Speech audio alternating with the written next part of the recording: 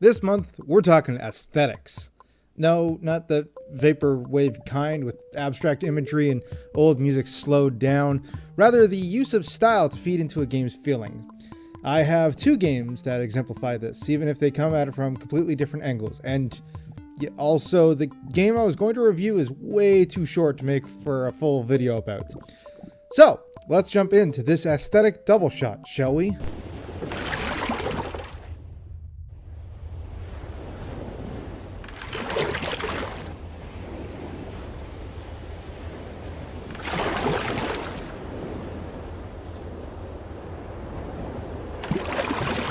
The first and shorter of two games is No One Lives Under the Lighthouse, coming to us from Sowoke Entertainment Bureau in the Ukraine and heavily inspired by the 2019 Robert Eggers film The Lighthouse, as well as Old Mariner's Tales and H.P. Lovecraft.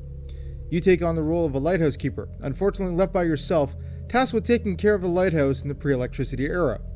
Of course, things take a turn for the worst as you uncover the secrets of the lighthouse and find yourself facing off against the other inhabitants of the island.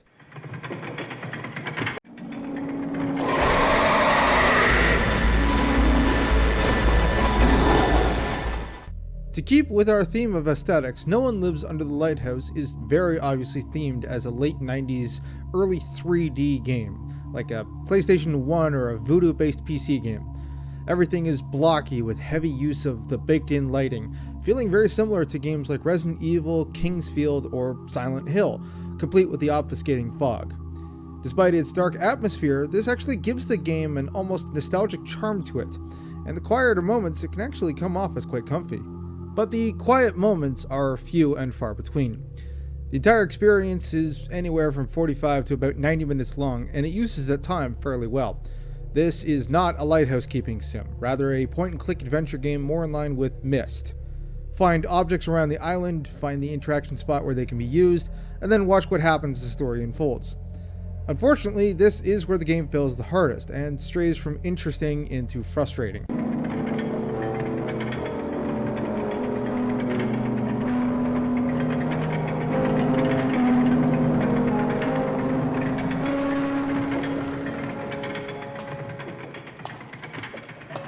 First, it's a buggy game.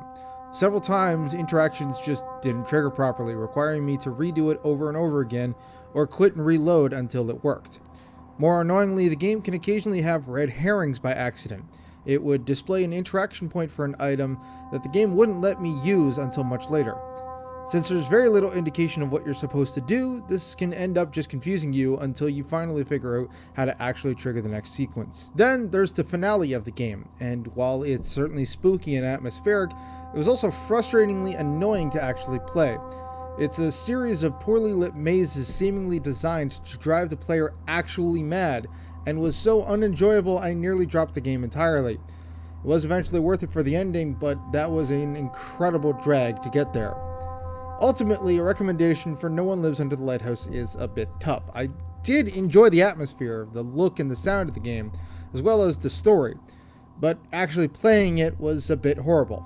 Still, it's very short, doesn't overstay its welcome, and retails for nearly nothing.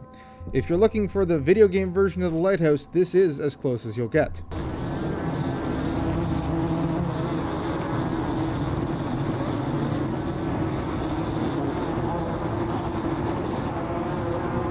Normally, I don't like talking about visuals first, but with my second game, Cruelty Squad, it's simply impossible to ignore them for too long. While No One Lives Under the Lighthouse has an immediately recognizable look, harkening back to an entire time period in gaming, Cruelty Squad seems to have honed in on a very specific design philosophy. I could be wrong on this, but my overwhelming feeling of the game was that of really bad Half-Life 1 maps. This argument doesn't come from nowhere. Textures are strewn about seemingly at random, repeating over and over until abruptly stopping to let the next one start. Character models are incredibly low res, geometry is surreal and jagged. There's a strange stutter to everything, like certain parts of the game operate at lower frame rates that can't quite catch up. And it's all very strange and would seemingly fit right in with something like G-Man Invasion or Glitch Life.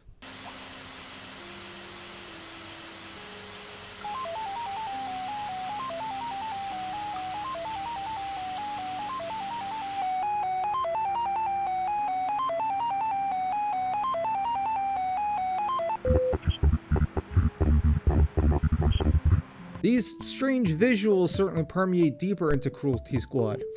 The setup sees you as a depressed and recently unemployed mercenary offered, or rather recruited into, the titular Cruelty Squad, a corporate death squad taking hit jobs for money.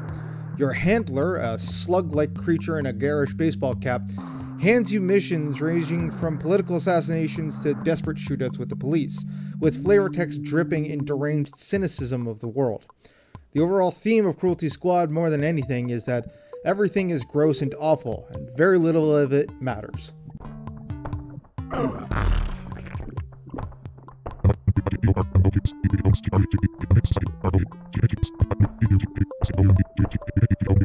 As seems fitting, there's a great amount of depth on offer.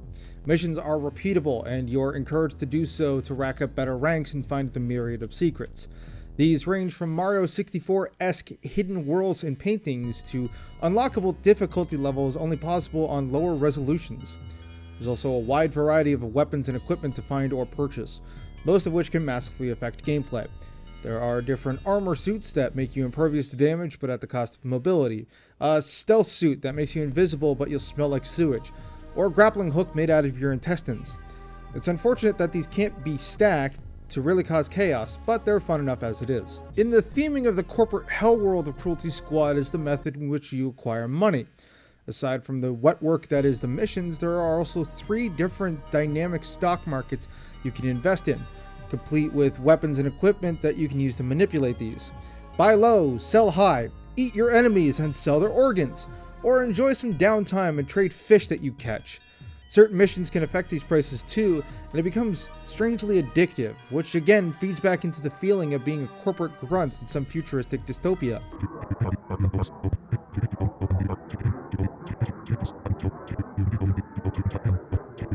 All of this may make Cruelty Squad sound like some weird art project game, but the fact is it's actually a very bog standard shooter with some immersive sim elements added on top.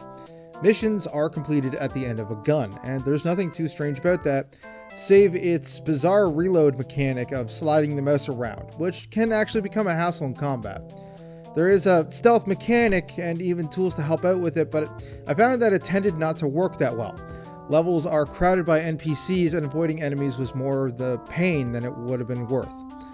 Rather, missions are based on time, and creating a version of yourself that can speed through the level is both fun and rewarding, as you install super legs and ultralight armor, flying around like a depressed angel of death.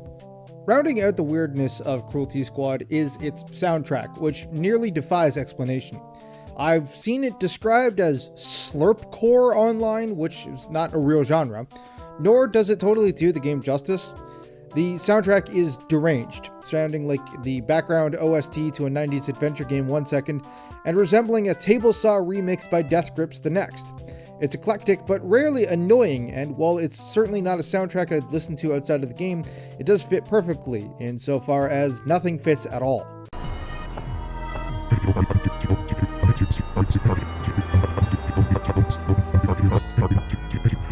Cruelty Squad should deserve its own episode, but I'm mostly holding back because it's a game that needs to be experienced firsthand to understand. It's strange, often disgusting, and actually gave me a headache the first time I played it, but it's also unique, which is something that's becoming harder and harder to find these days.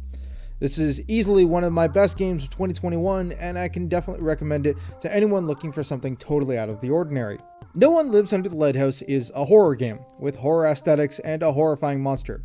Cruelty Squad is an existential horror game that makes you hate corporate life and kill to get by.